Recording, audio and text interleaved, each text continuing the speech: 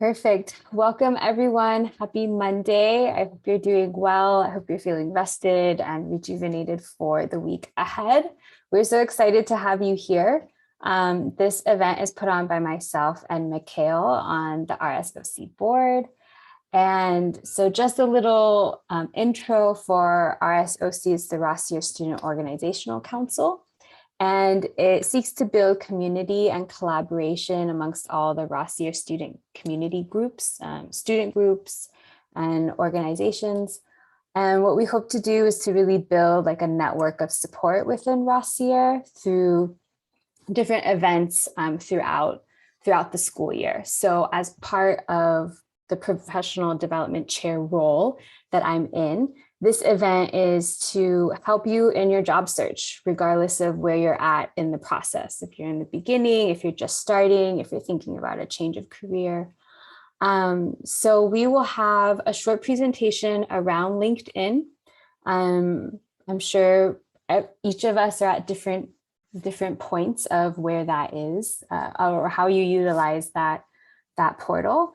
And then we will have a small discussion with a panel that comprises of professionals as well as students in how LinkedIn is being utilized for their recruitment process or networking or job searching. So I realized I didn't introduce myself. My name is Ailene Huang, and I'm part of RSOC. And I will be passing it on to Mickael to start off the presentation. So let me share my screen.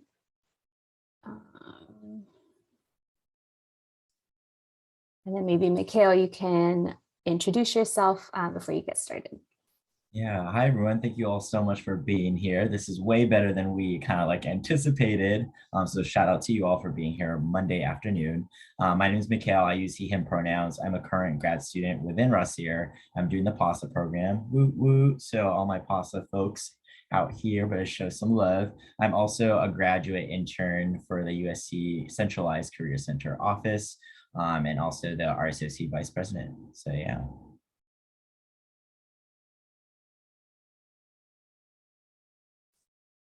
So this is just a quick agenda breakdown for today. We're going to do some check-in questions about LinkedIn and where you're all at with it, maybe some quick facts about LinkedIn, going a little bit through this idea of a 6-degree separation model and how that plays into your favor, building a LinkedIn profile and connecting with people within education.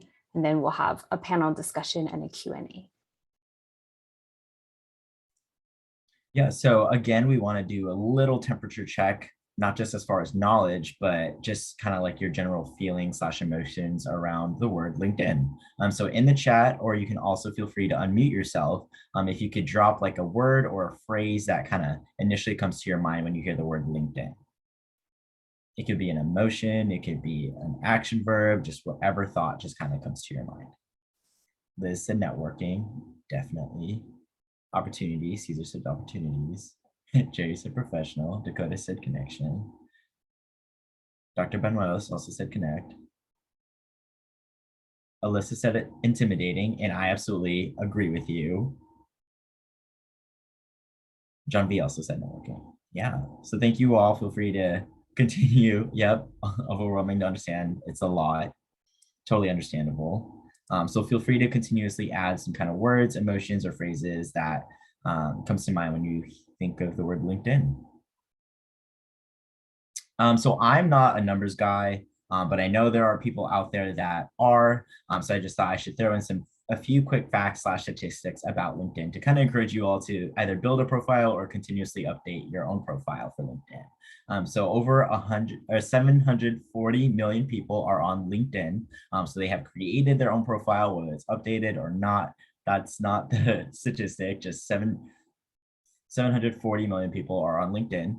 And within every minute, there's 3 people that are hired through LinkedIn jobs, which is definitely, that seems like a lot of people, right? So we definitely got to get you all on LinkedIn and to continuously update your profile. And this is my favorite statistic because I do think it is the most important. 41% of millionaires use LinkedIn. So what's stopping you from being on LinkedIn and connecting with these millionaires? And that's just my thought process. So again, what's stopping you from leveraging LinkedIn after hearing all those important statistics and facts, especially the millionaire one?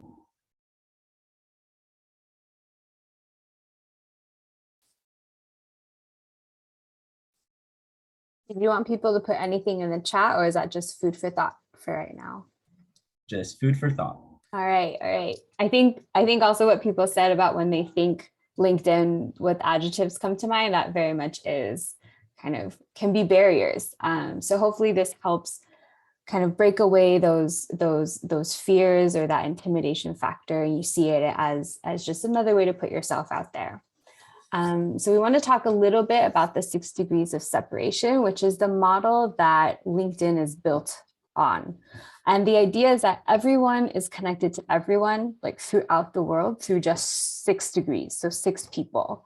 In this diagram, you can see if we start with Doug is connected to Debbie, who knows Larry, who knows Emily. So if Doug wanted to get in touch with Emily, he has 3 degrees to go through to like get there and connect with her. So it's not so much about who you know that is in your LinkedIn network. That's important, of course. It's so nice to see everyone's job updates or events that they go to, but it's important that of who you know and who they know. So who is part of the network of the person that you are connected to? How does their network give opportunity for you to connect with other people? So I think we've heard some of this before. I think in education is a small field, or can be a small field. You go to a few events and you see a lot of people that you know, or maybe you saw them at an event, or they were a guest speaker. And so the idea is that someone will know someone that would like to connect you, or you would like to connect with, that can help you in maybe understanding a field, or being connected to someone else in a senior position, or they are someone that you can learn from because they went to the same school as you, even though they're 20 years ahead in their career. So I think understanding the 6 degrees of separation maybe helps it feel a little less intimidating. Is I know someone who knows someone who knows someone, that can just be like a conversation. And as we know, people are more willing to talk to someone who you have a mutual connection with. Oh, I just realized it is a little hard to see, but we can definitely update that and send it to you all. But we kind of have 5 main tips to help your profile stand out, especially if you haven't built one. So first off, make sure to build one. It's kind of like any other social media platform, but with the added bonus that you could potentially earn either a job or an important connection that could lead to other opportunities in your professional career. So the first one is to have a header photo. So I don't know if y'all are on Twitter, but it's kind of similar where you have your profile picture, which in LinkedIn's case is definitely best preferred for like a headshot, but you will also have a header photo. So try to avoid having people or like a busy background.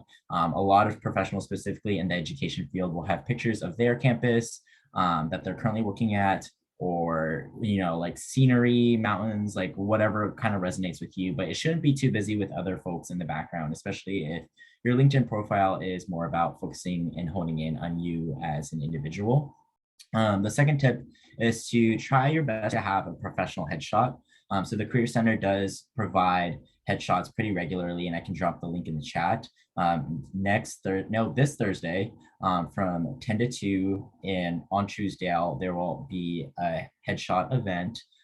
So if you want to come to the career fair or just get your headshot, definitely come through and check it out if you are near campus. And in this headshot, there should not be a busy background. So definitely try to have yourself as an individual. Maybe there's not like a moving bus or like different parts and pieces in the background of your headshot. Business professional clothing is definitely highly encouraged. And hopefully your picture is updated. You definitely don't want a picture from 10 years ago when you had a bob or a mohawk, and you definitely don't have that right now. The third is to definitely have an attention-grabbing headline. So tell people what you are excited about, whether you are a higher ed professional seeking opportunities or your current role at XYZ institution. And then tell them what you are kind of seeking to do in the future. So hire a graduate student, M.Ed candidate at USC seeking professional job opportunities. Make it catchy, make it sleek, but also make it pretty encompassing of what you are seeking and what you want to do. 4, make sure to have your contact information updated. I know that it can be really hard. My background is in human resources. So from a recruiter standpoint, it's super hard when you're seeing like everything checks the box, but you can't find contact information. Recruiters will definitely slide in your LinkedIn DMs, but some of them are seeking whether your professional email is attached or a phone number to see if they can connect with you on that level, just because sometimes a lot of people don't read their LinkedIn DMs. But I definitely would recommend you keep your contact information up to date. But also if you have maybe like Sparkles123 as your professional Gmail, definitely look into creating a new email, or what is it, like Yahoo, MSN. I had a Hotmail back in the day. So I'm just definitely a tip for you all to consider. And then last kind of tip for right now is to also have a really compelling summary. So describe in your summary what motivates you, what you're skilled at, and your anticipated career goals. So it's kind of like your elevator pitch to sell yourself to employers/recruiters on LinkedIn.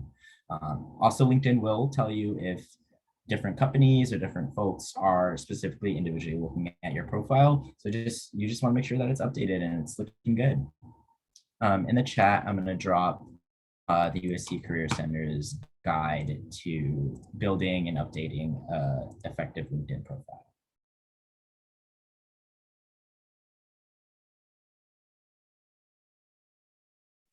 Right, sounds good. I think this.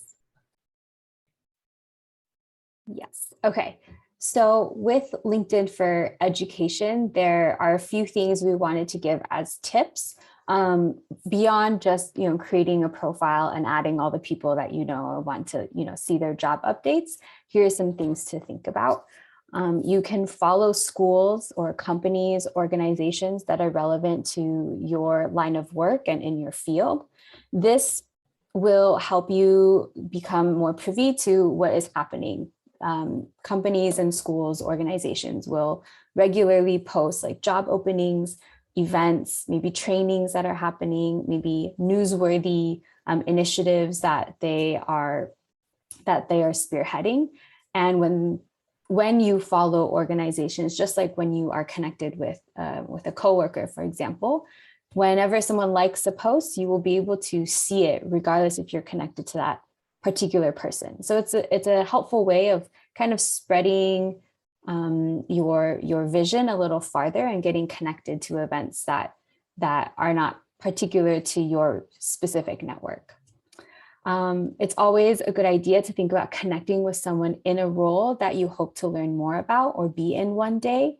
You can see their educational history, work background, maybe other affiliations that provide you information of what they're doing and how to reach out for them. Find that common point, or find your specific question within their profile of like, oh, this really stands out to me. I would love to talk to you more about this.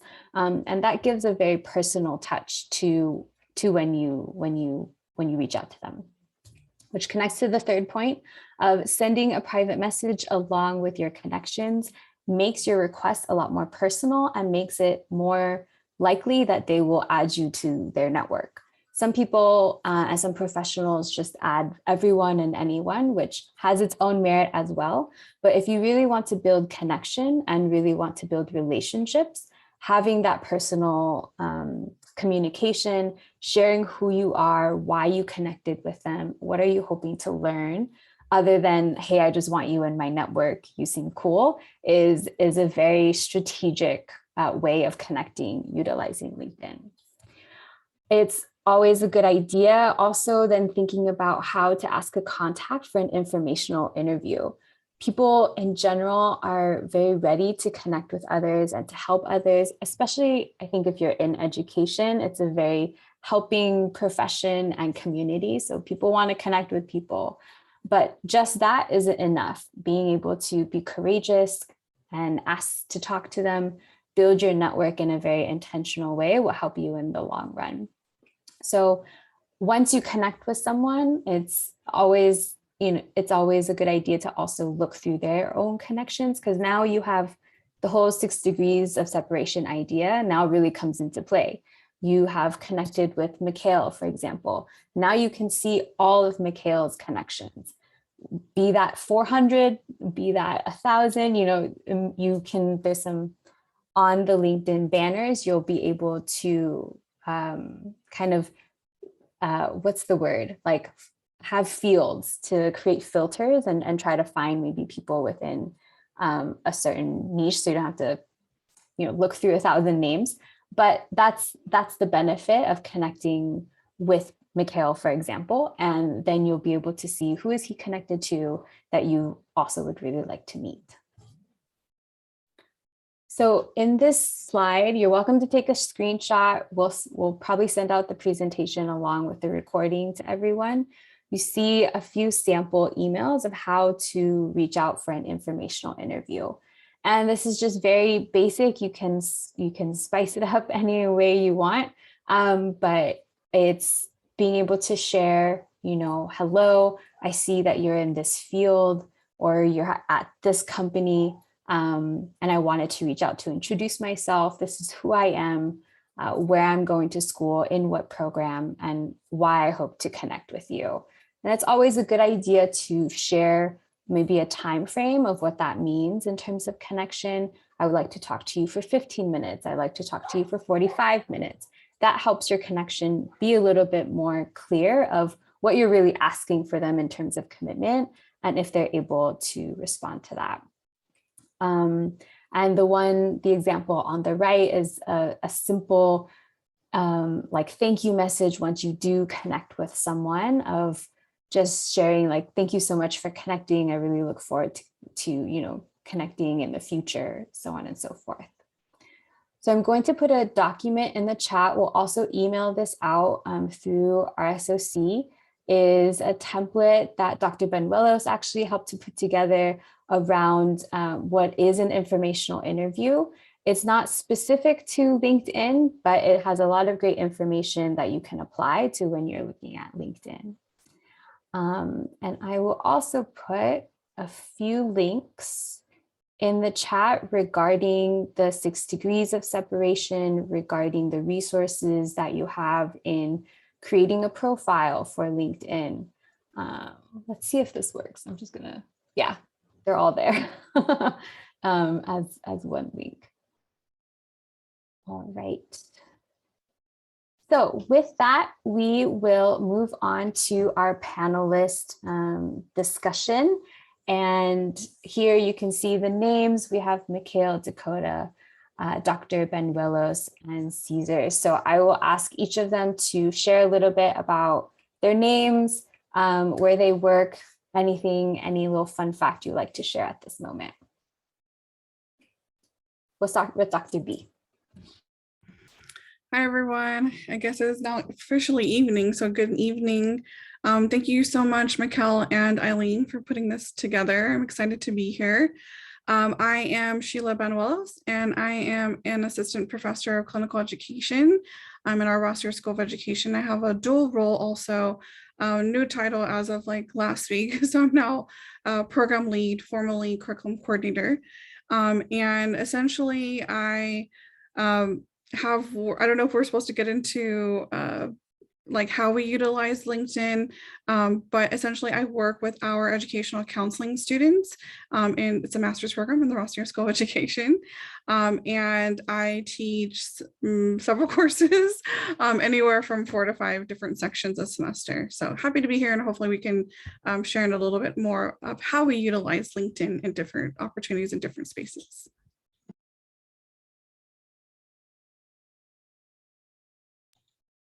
Hi, everyone. I'll go ahead and go next. So my name is Cesar Romero. I am a first year in the EC program, so educational counseling. Fun fact, I actually started learning about LinkedIn back in 2020 when I didn't have any jobs, like the whole pandemic situation. So I decided to just invest a lot of time in learning, just doing some research, YouTube videos, and it's been really helpful for me. Besides that, I do have two different roles. I'm a success coach at Long Beach City College, and then also a success coach at Rio Hondo College. So two different community colleges, and I'm excited to dig into the questions in a bit.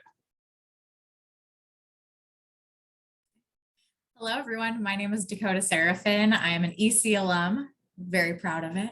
I'm currently at UCI in their Division of Continuing Education. I am a career educator, which is a fancy title for just saying career counseling. I've been doing career counseling for the past 5 years now. I started out at the USC Career Center with all, yeah, exactly. Super fun. Love everybody there. They're fantastic. I will plug all of their resources. So just, you're going to hear it twice. And I don't have any other fun facts other than that. So I'm just excited to get into it. Thank you for having me. And you all have heard me talk throughout this entire workshop. Fun fact about me is that I was born and raised in Anchorage, Alaska, and we do, in fact, have people living there.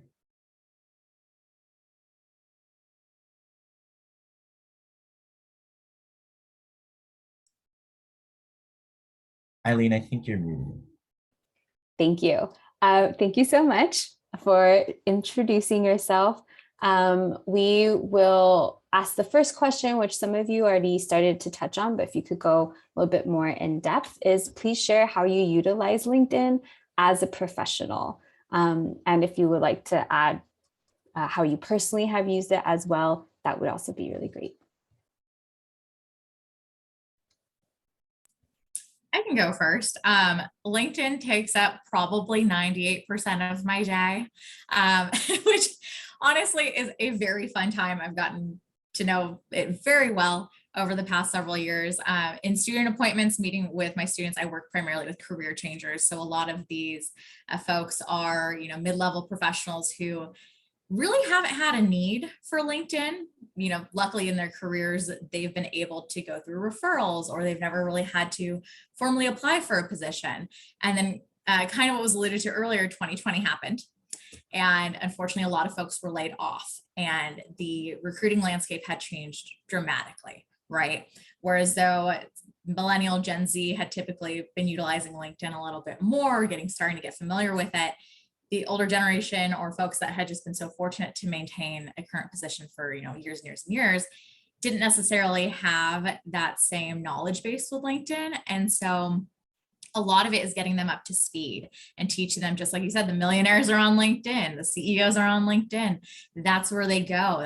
That's the new landscape for recruiting, because it's a very easy way to recruit passive candidates. It's a free way to post positions. And kind of going off into a tangent here, it's been really exciting over the past couple of years to see higher ed start to post a lot more on LinkedIn. Whereas before it was very much, kept to just the higher ed only sites, which are quite a pretty penny to post on and only get more expensive as it just keeps going.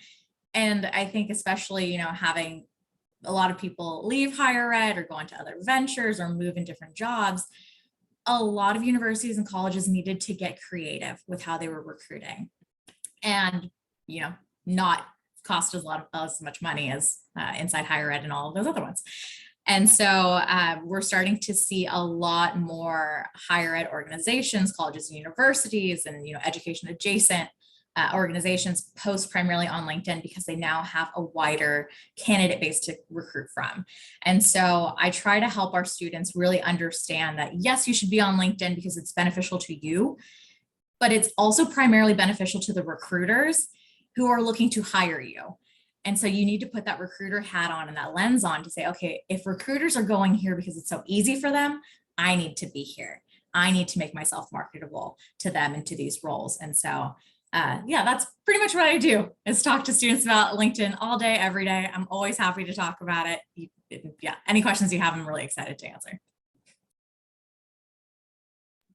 Thanks, Dakota. And I'll follow that, because similarly in my role as a faculty member, I add in the fun part of requiring my students to meet with me in almost every class that I teach. And so in those sessions, I get to know my students really well.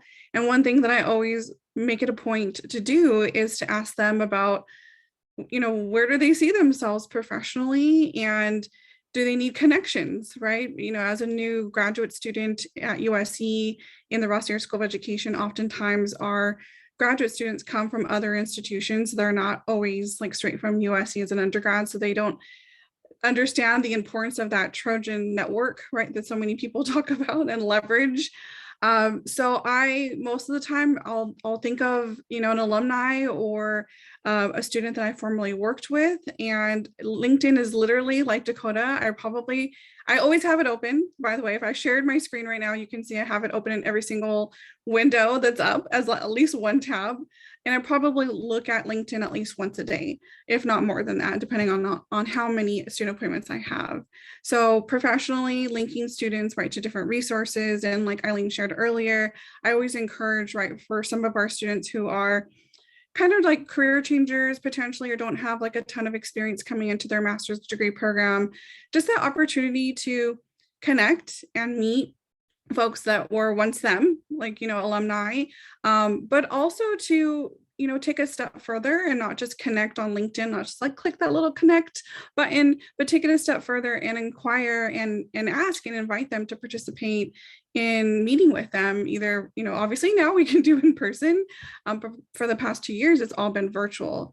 So just taking it that step further.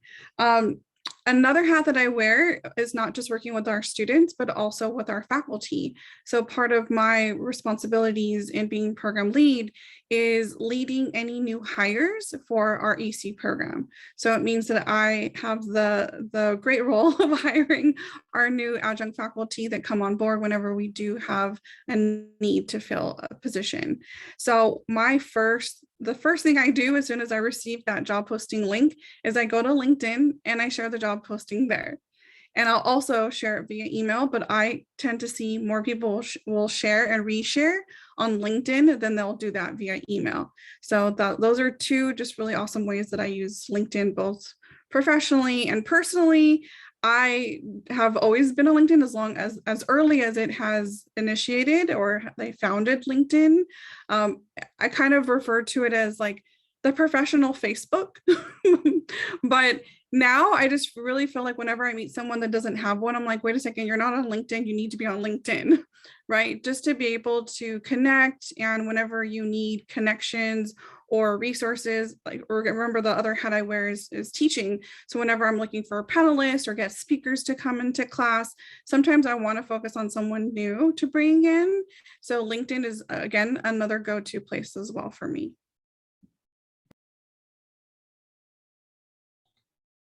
I love that. Facebook is basically like the LinkedIn, right? I 100% agree. That's how I see it as well. And so for me, as an upcoming professional, I'm in my first year, but I have one more year left. I'm being very intentional about how I'm using it. And the way I use it is just building my personal brand. And what does that mean? It's basically just telling the world who I am and what can I bring to their organization, right? So for me, instead of consuming a lot of the LinkedIn, I'm creating more. So that means I'll be posting content like events I'm at, workshops I'm attending, even like fun facts about me. Like I really like running. Sometimes I'll throw in like a running thing, like, oh, I ran this many miles this month. And I just really test it out and see what gets people's attention. So for me, definitely building my personal brand. And the goal with that is so that once I do graduate, I'm going to create a post like, hey, graduated. If there's any opportunities, I'm definitely looking forward to that. That way, it's not like I waited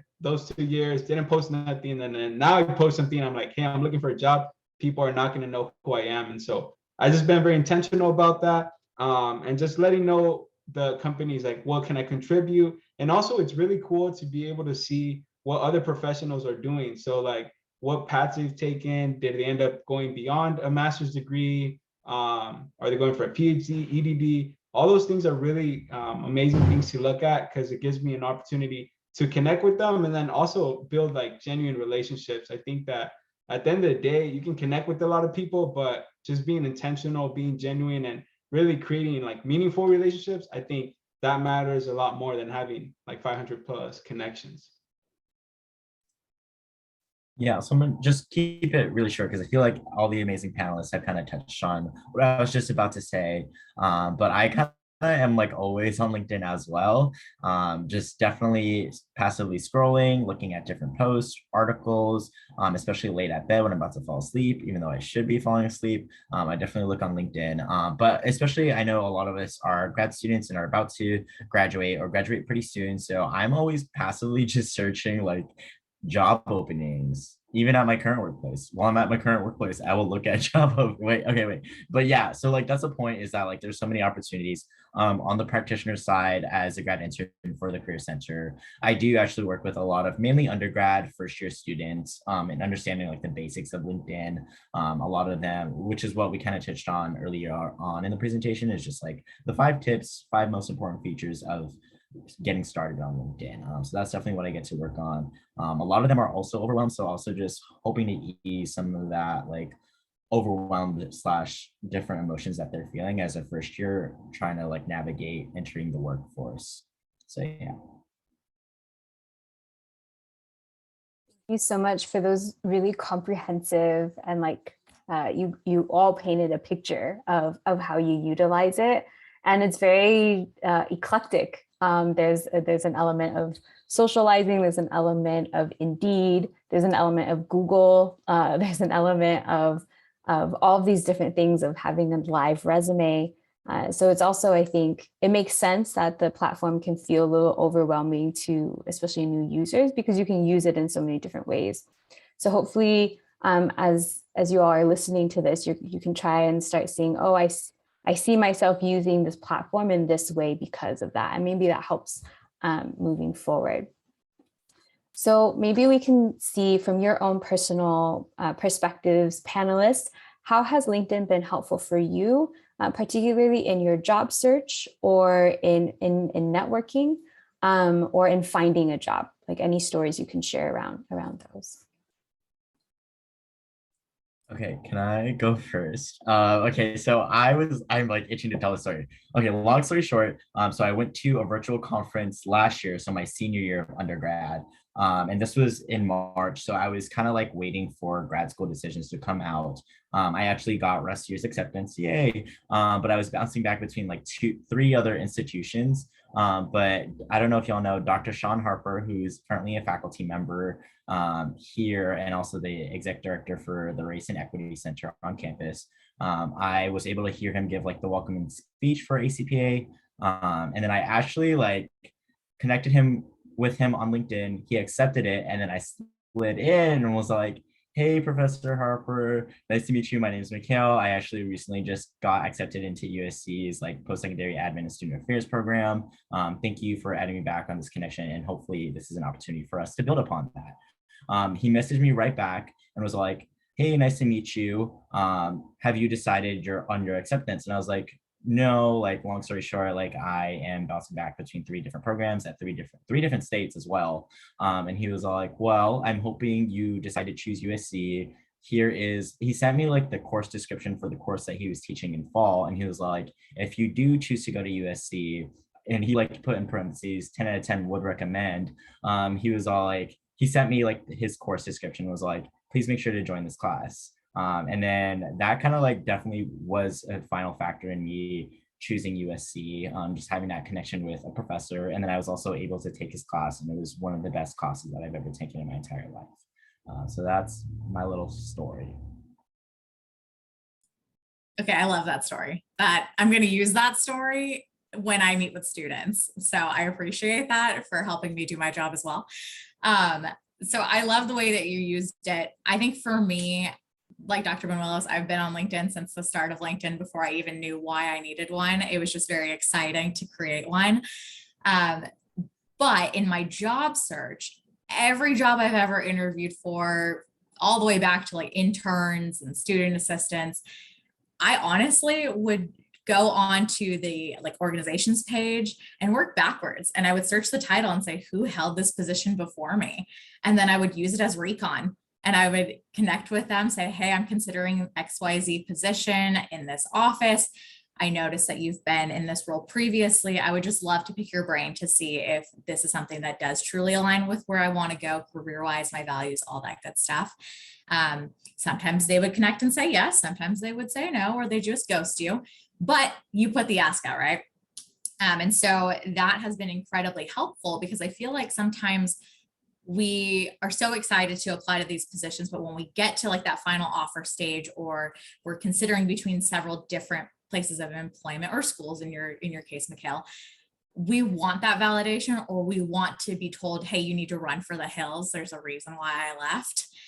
And who better to kind of give you that insight than a former employee, as opposed to a current employee or a current, student or whatever it may be, because they don't have that direct connection anymore, right? They can be honest with you and give you that critical feedback. And so that's been really helpful for me. And that's what I encourage students to do anytime they're trying to figure out where they should go. In addition to Glassdoor, of course, but LinkedIn is better because you get that real person connection. You can ask those questions.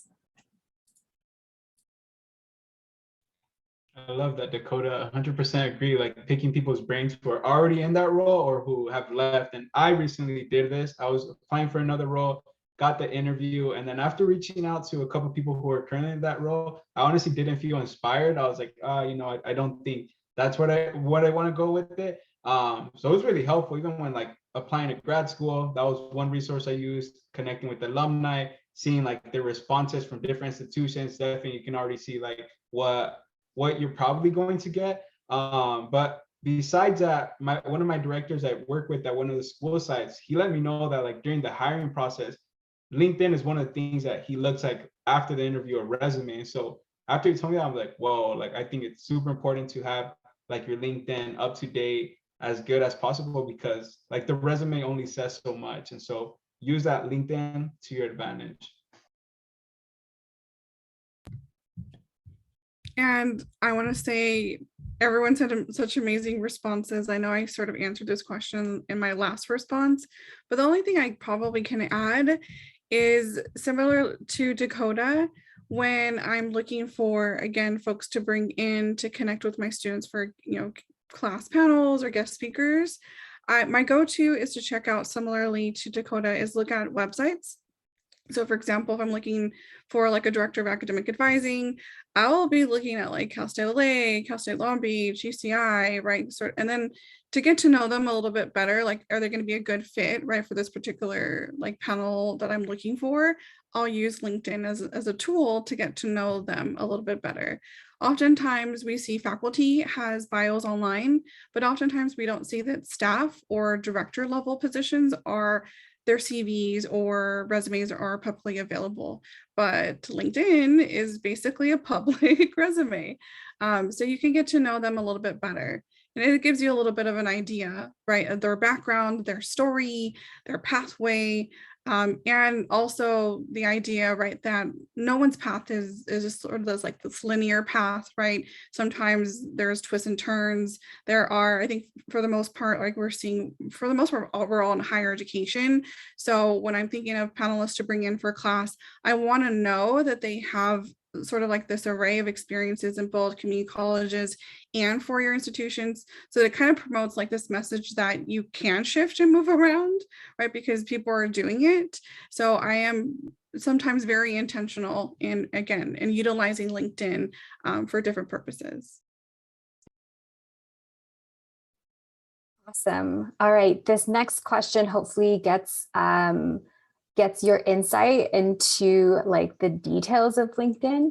And it's, what feature or tool do you find most helpful? So think about maybe when you first started, or even like now that you're seasoned in utilizing it, what would you really encourage people to be aware of in terms of the features and tools?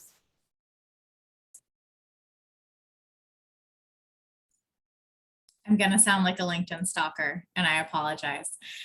If you know of somebody whose career you want to emulate, like let's say Dr. Sean Harper, right? And you're like, they're like North Star. That's where I want to end up.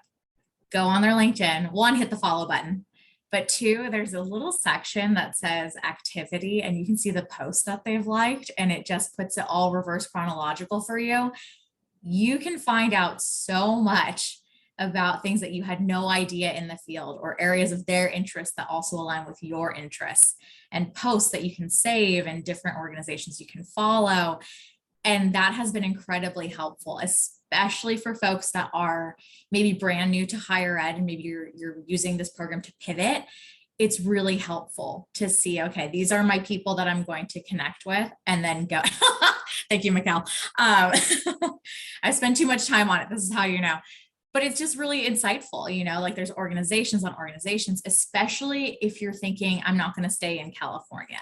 If you can identify some North Stars that are across the country, start paying attention to who they're following, to what posts they're liking and engaging with, and start engaging with similar content.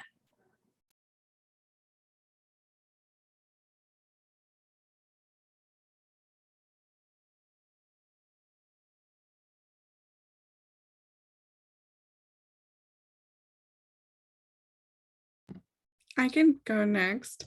I know I wasn't aware of this feature actually, I think until Dakota shared with our seminar students last year. So I'm seeing more and more over the last year and a half. Some of our alumni, once you're about to graduate, which is soon, if you're all graduating class of 2022, there's a feature on LinkedIn if you click on open to. So you have to go to your page, click on open to, and basically click on finding a new job. So it alerts all of your contacts and basically kind of puts your name out there. So similar to what Cesar was mentioning earlier, right? Not waiting until kind of last minute to let folks know that you're job searching, but that's a public way for folks to know that you are looking for a position, and hopefully, right, something could kind of come your way through connections or even recruiters, as Dakota mentioned. So I love that tool.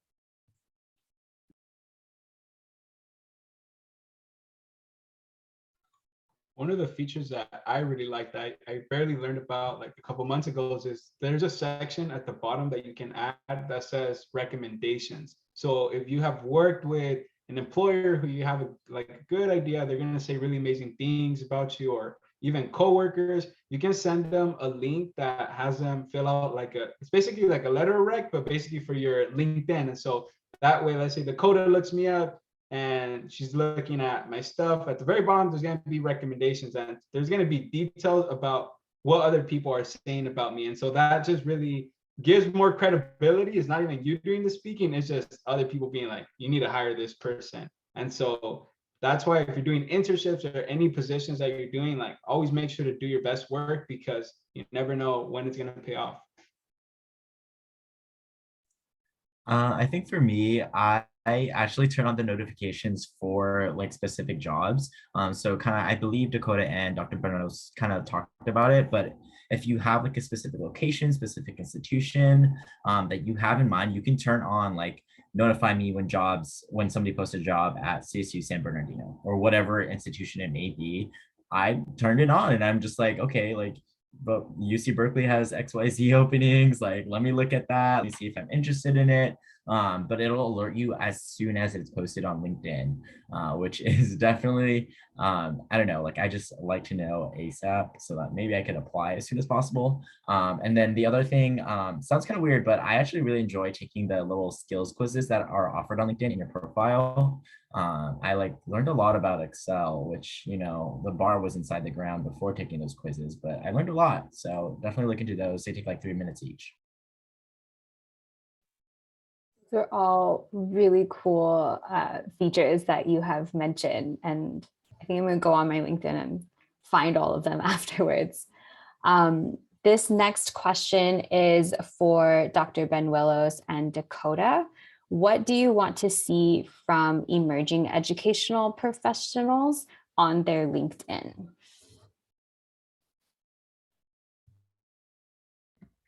I can go first. Well, number one, that you have a page, right? Definitely have a page.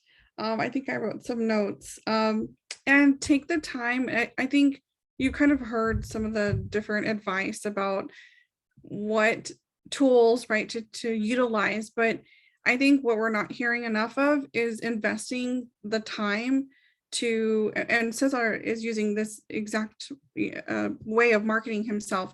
So taking the time to invest in your page, investing in yourself and how you want others to see you professionally, if that makes sense. And what that means is, and I know for myself, I've been in a teaching role. I was formerly a practitioner in the world of advising and higher education. Even then, every single position I had, I took the time to update my role. If there were major projects I had, I would take the time to add that in. I would ask a colleague, what Mickael is mentioning, and Cesar is asking folks to give me a recommendation. I think that's really important to utilize this public tool. Hold on one second. To take the time to really invest in you. And so just again, updating your LinkedIn when you possibly can, and taking time to, even on your profile, on the descriptions, there's something it's called, is it your profile, the profile section, like a description of what you value, your sort of overview of your experiences. I know I've updated that so many different times. And sometimes, time gets away from us. So just taking the time, again, to update that when you possibly can, I think are a couple of critical things to do. Absolutely. I'm going to piggyback off that. I think we can get so busy that sometimes we put LinkedIn on the back burner, but especially when we're job searching or we're even entertaining the idea of looking for different positions, we really do want to invest that time in LinkedIn. So I tell everyone, spend 15, 20 minutes a week on it, calendar it, put it in your Outlook, put it in your Google Calendar, to just go in and say, is there something that I need to update? Are there things that I need to, let my network know about? I cannot tell you how many times I get sent an open position or something, email, and I'm like, oh, I think so-and-so would be so good for that. And then I go to their LinkedIn profile just to verify that I'm thinking of the right person, or they have the right background that I'm, thinking of in my head, and it's not updated. And I'm like, oh, had I been able to see that very quickly on LinkedIn, it would have been a much easier connection to the hiring manager, to the recruiter, and just like a really seamless connection. And so for all the people that are in your network and are thinking of you and want to help you get the roles you want, please help make our job easier and keep your LinkedIn updated so that we can make that connection a little bit more seamless. Yeah. And then also, please communicate your passion. I want to see that too. I want to know what you're interested in. And I want to know if you're interested in res ed, that I can see that right away. If you're interested in, diversity work, I want to be able to see that right away. If your career counseling is your passion, I want to see it, just because it makes it a little bit more easier to know what positions to direct you to as well. So yeah, absolutely. Thank you for those insights and suggestions and comments. We had a question that was submitted on our RSVP link, and it's how active should we be on LinkedIn? So how active is too active? How active is not active enough? Any insights or tips for that? I don't think you can be too active. We're on there all the time. It's one of those things where I'd say, you don't need to post more than one time a day. Probably keep it very similar to what you would do on your personal social media. But at the same time, I think the benefit of LinkedIn is that being active doesn't necessarily mean posting all the time or posting for your entire network.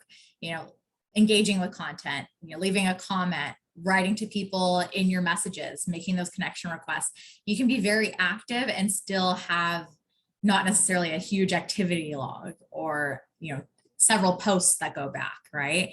It's definitely what you're most comfortable with. But I think where I would like you all to be more active is like in the connections and building and maintaining those relationships and making sure those messages are going back and forth between yourself and your network, and just making sure that those are good to go, especially when you're starting to look for a job.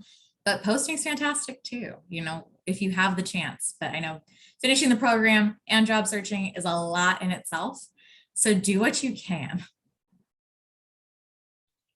I just want to add, just be intentional with what you're posting, right? So if there's a certain theme that you like posting about, for a while I was doing motivational quotes, or find a niche that you're passionate about, so that one, it's easy for you, and two, people can relate to, because the more you post, the more the algorithm's going to push you up, right? So sometimes I meet people and they'll be like, always see on LinkedIn and I have no idea who they are. And I'm just like, whoa, like it's crazy. But I guess because I'm posts and other people are liking it and commenting, it like basically pushes you up, right? So be intentional with it. Try it out, look at like the analytics and see what's working, what's not working. But also don't see this like, I don't want you to just post just because you have that pressure to post, right? Be intentional with it.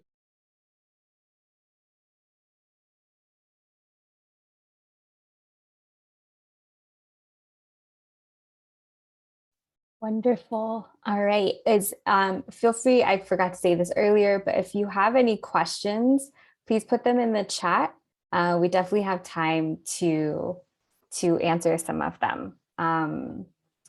So yeah, go ahead and do that. And while you are formulating your question, maybe for our panelists so far, is there any other advice that you would like to give to our students?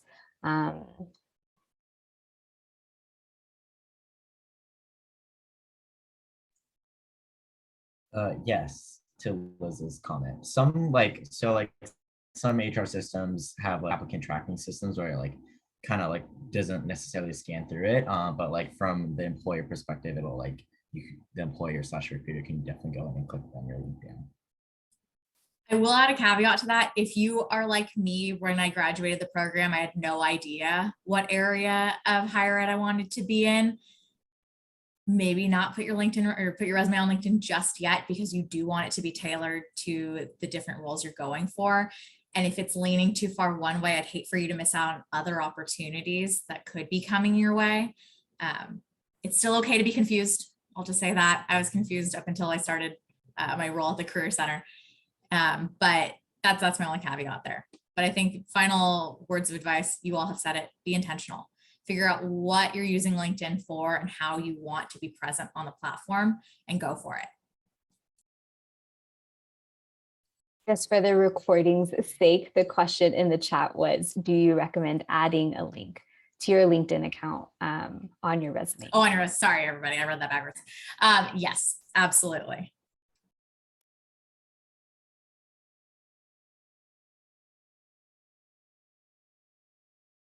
I do want to add at one point, and this is something that's been brought up to me because I once did a LinkedIn workshop and they're like, there's a lot of good things about LinkedIn, but like, what are some of the cons, right? And one of the things that I can say is that it can be easy for it kind of be like social media where you start comparing yourself, right? You see Dakota got a promotion, Dr. B is doing great things, right? So just always remember that we usually post the good things, right? And so, you know, don't feel discouraged if you graduate, you can't find a job right away. You see other people doing big things. Like everything takes time, and just always remember that, because it can definitely be easy to like fall in that point where you're comparing yourself to other people's journey. And so, you know, just remind yourself. And I've seen interesting things on LinkedIn where people are just vulnerable and they're like, well, this is my situation. I haven't been able to find a job. And they get like a bunch of people comment like, OMG, like we're going to hire you, or different opportunities. So, you know, just be real, keep it authentic. No need to fake it.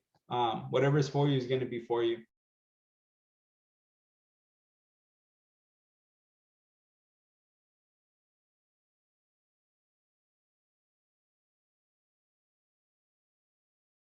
Really was good advice from both of you. Thank you for that. And maybe, and if we're waiting for other questions to be formulated in the meantime, if our panelists feel comfortable to put their contact information, maybe also their LinkedIn account, actually anyone can put in their LinkedIn account in the chat. We can all get connected if we aren't already. This is a great time to do that. So we're all going to bump up by like 10 contacts tonight.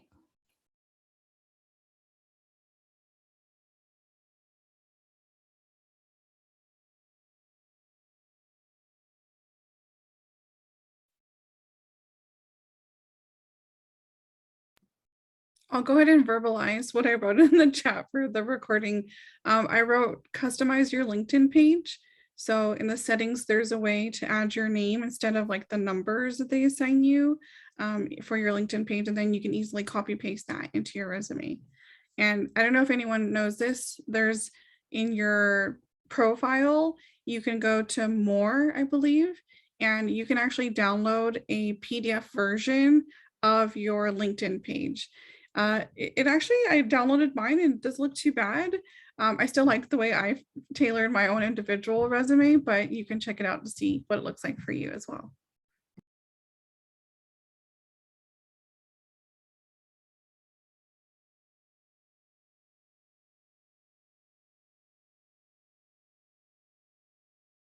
All right, wonderful. Continue putting in your emails, your LinkedIn. If you don't have a LinkedIn just yet, that's totally fine. You have our contact and you can connect with all of us and hopefully continue the conversation. Thank you so much for all these wonderful insights. I would like to take a group picture if people are cool with putting on their camera. You don't have to, you can also just put up an emoji. And if the panelists can stay just right after participants leave, that would also be really helpful, just for like 30 seconds. So, okay, are we good with the picture?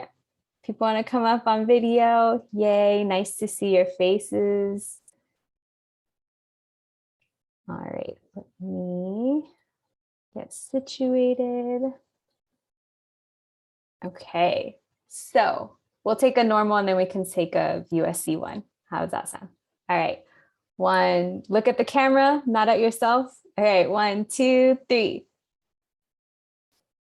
And here we go with our fight on. All right, 1, 2, 3. Perfect. Thank you all so much. Have a great rest of your day. Be in touch, and we'll see you soon.